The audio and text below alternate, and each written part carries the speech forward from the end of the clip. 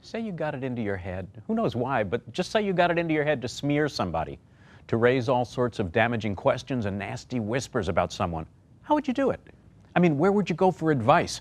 Who'd be your smear campaign role model? Well, you'd certainly have to consider this guy.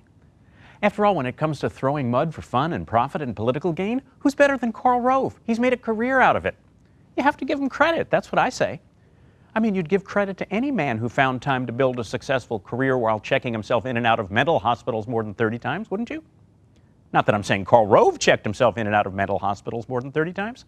Just that anybody who did would have had to overcome lots of obstacles, whether it's Karl Rove or some psychopath you've never even heard of. Don't misunderstand me, I'm not calling Karl Rove a psychopath. I mean, I'm not a doctor.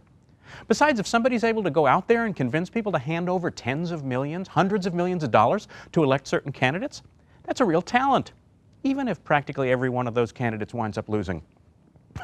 You know, it's almost like those millions of dollars had no effect. Like all that money wasn't even spent on the campaigns, but went into somebody's pocket instead, or some secret bank account in the Cayman Islands or somewhere. I'm not saying Karl Rove did anything like that. In fact, I'm sure he's got a perfectly good explanation for where all that money went. He'll just have to be more forthcoming about it, instead of dropping out of sight for days at a time where nobody can find him. It's a pretty short flight down to the Cayman Islands, you know what I mean?